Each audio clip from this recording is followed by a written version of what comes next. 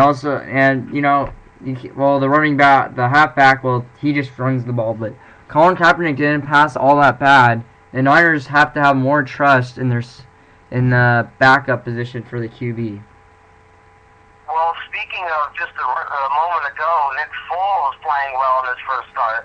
Colin Kaepernick is another guy that's certainly waving around that free agent kind of pickup wire for next year if teams would like to go for the backup QBs. Colin Kaepernick's another guy that can fill in beautifully as a backup quarterback, and certainly I feel like the Niners need to put more trust. You got that right on the head, Robert. Things are just seemingly falling apart in San Francisco after a 2-0 start. I mean, sure they're 6-2, and sure things are still going good in that division. But as long as the Seattle Seahawks keep winning, they can make a run with the Niners. And let's not put away the NFC West just yet. Colin Kaepernick's a solid quarterback, but if he's the only guy playing, watch out for the Seattle Seahawks.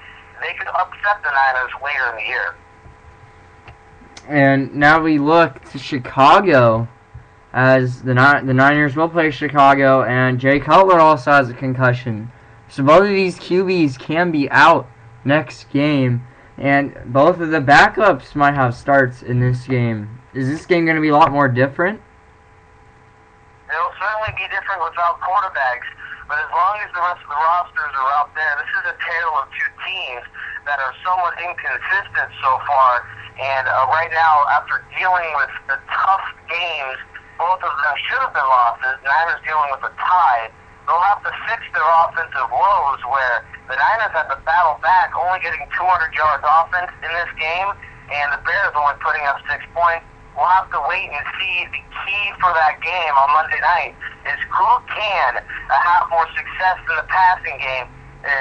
If things work out for the worst of these two teams, it'll be a tale between Colin Kaepernick and Russ Grossman next Monday night. And the Bears, this is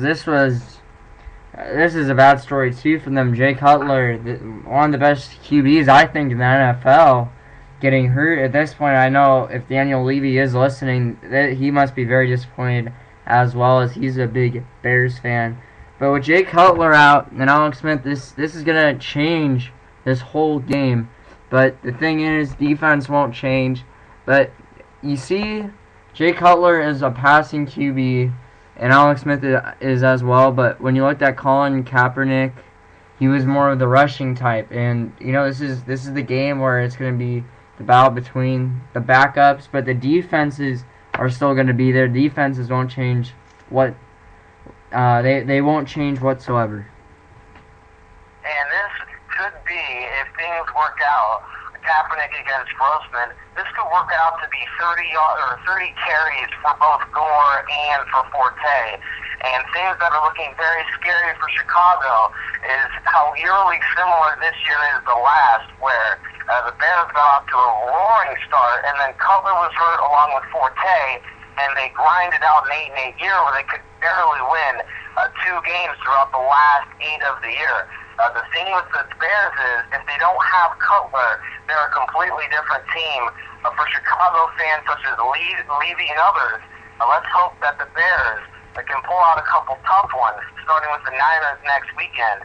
The thing with the Niners as well is, defensively, they don't seem to be in certain spots as elite as they were last year, when they were hungry for a playoff berth.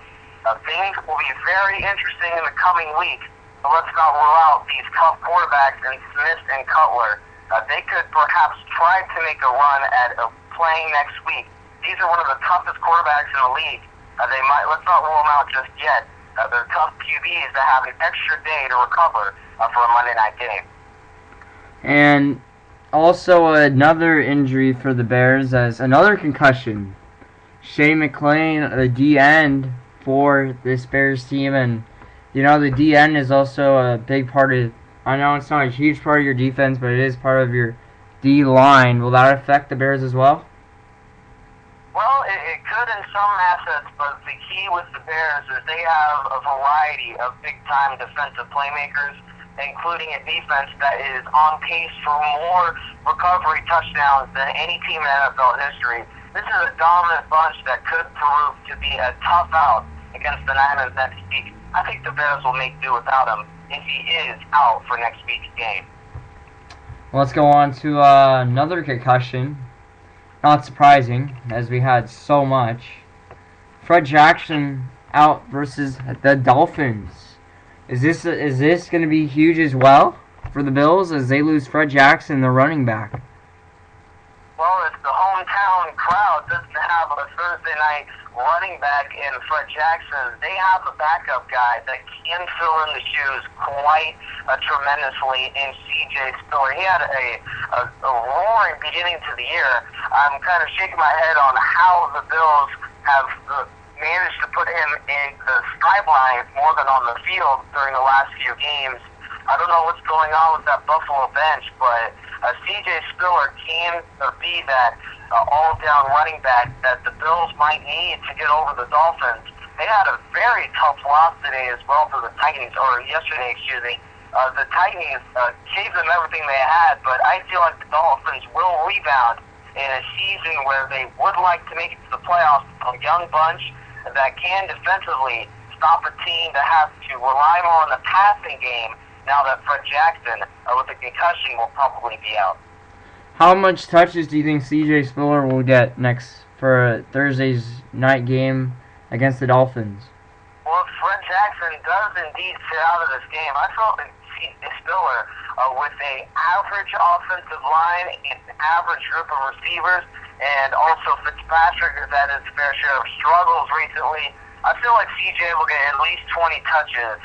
It's safe to say that outside of C.J., there's no one else that can carry that ball. I feel like it's C.J. Spiller's game to lose, as he will be a dominant force in the offensive attack, and Miami might have a tough time stopping him after giving up another speed burner in Chris Johnson, giving up 100 yards to him just last week. The Dolphins struggle taking down speed backs. C.J. Spiller is another one of them that they face on Thursday. Well, thanks, Trice, for talking about concussions with me, and a topic that isn't always fun. You never want injuries in the NFL, but let's also get your prediction on tonight's game, Kansas City versus Pittsburgh. What is your prediction? Well, obviously, always great to talk about concussions, as if this was the most gloomy topic we had. But the thing about this Monday night game, it's a rivalry game in a sense. And this one could be a lot more interesting than people give credit for. As even though the Chiefs have not led in a game all year, Todd Haley, the offensive coordinator for this Chiefs team, faces the squad that just dumped them last December in the Pittsburgh Steelers. They didn't want to make do with this offensive coordinator. They moved on, and now he's making plays trying to give this team some sort of life after it seems to be this sort of final 8 games seems to be the kind of season that the Chiefs need to revitalize if they hope to get some players back, because Romeo Crennel said, quite frankly, if someone fumbles the ball tonight, they will be on the sideline no matter who you are. So the key for the Chiefs is don't turn the ball over, and not to mention, just last year, the Chiefs ousted the Steelers in a must-win game for Pittsburgh as well. So don't rule out the Chiefs in this game. I see this coming down to the wire, but with that two-headed running attack that the Steelers have, I still have to prove, I still have to choose the Steelers in a tough one, perhaps a 13-10 final. And also, let's go Thursday nights. I got one more prediction for you. It's the Bills and the Dolphins. Who's going to win that game, and what's the score? Well, it seems to be a sort of running back competition in that game. Reggie Bush against C.J. Spiller. With a Cody Bush that has seemed to digress in the last few weeks, I have to choose the Bills in this game. This should be a lot more high scoring than people give credit for. I still have the Bills winning, perhaps 27-20. But this one could go either way. Let's not house out the Miami Dolphins. Ryan Tannehill has played great all year. The Dolphins have a chance. I feel like the Bills will pull it out. All right, well, thanks for those predictions and talking about concussions, as it's probably been the most concussions in 1 week. So, Nick Rice, I have to say goodbye to you. This was a very good talk with you. And any last comments before you go? Absolutely. Well, thanks for having me on, Robert. And tonight at 7, for everyone listening, will be the NFL Goal Line with Nick and Phil, 10 p.m. Eastern, 7 p.m. Pacific. It'll be a full hour of everything NFL. We'll go deep into detail with all the hot topics around the National Football League, including, of course, why the Minnesota Vikings, this will be a hot topic that just got to this today, why the Vikings will not make the playoffs. That much more tonight at 7. Make sure to tune in to Spreaker.com for that. All right, thanks, Nick, and I'll talk to you later. Well, Nick Rice is gone, and I do have one more person on tap with me we have some more MLB coming up right after this commercial break. And you know, I rep my crew to the fullest, Babu, Rocker, Alchemist, everybody. And I feel like every time I step to the plate, it ain't for me, man, it's for everybody. It's for everybody I rep, man. I came up under 2 things. Be original and no selling out, man. That's what I'm hoping to say, man. EAP, but this right here, dog, there is no fee to get me down. If I don't really feel your speed, see, I never trust them. Catch me, I'm ballin'. Tailor-made custom, must be I'm all in. Still want it like worst come to worst, to the point where I never call myself OG, yeah. Hello and welcome back to the Deits Sports Talk. I'm your host, Robert Dieters, and we've had every major sport talked about: NBA, MLB, and NFL, and we have one more Major League Baseball talk about off-season and free agency. I have Steven Hughes, and this guy's been my best friend for so many years. This guy loves to talk about sports, and he is also on the Steven's All Out Basketball show this season. Hey, Steven, you're on Spreaker.com. How are you? Good, Robert. I'm really liking the show that you're having today, and let's get started. All right, well, let's go on the free agency. I know you had some top picks here, and let's go on to number 1, Josh Hamilton. Where will he go, and how much money are teams willing to spend on him? Well, Josh Hamilton, the problem that he has right now is that his off-field issues with the alcohol and the drugs that he had in the past are a concern to most franchises. If he does not go back to Texas, so as you heard, Texas offered him at the most a 3-year offer, and obviously that's not more. It's not enough for Josh Hamilton. He's looking for a long-term deal. I'm looking for 5 or 6 years. He's 32 years old going to next season, and that's going to be a concern to most teams. He still has this power. He had 43 home runs last season, 128 RBI, well, 285. So I think the best fit for him is probably to go to stay with Texas. I think that other teams will be nice, but I think that he's really set up and really done well with the Rangers, and I think the fans really love him, so I think he should stick with Texas.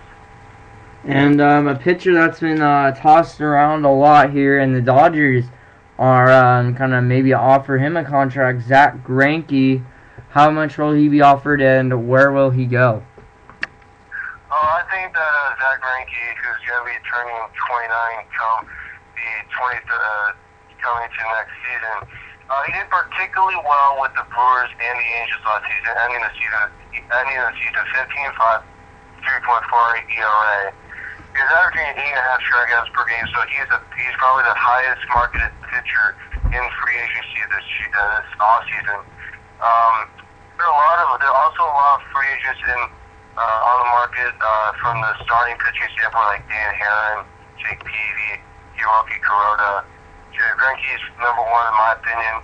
I want to say he goes to the other Los Angeles Yankees. I think he goes to the Dodgers. The Dodgers, obviously, like you said, has a lot of money still in the savings, even after that big trade that they did during the middle of the season, getting Adrian Gonzalez, getting Hanley Ramirez. But I think Greinke is going to be another addition to that starting rotation that will really help out Clayton Kershaw. And another player here, he played for Atlanta, now a free agent. This guy was probably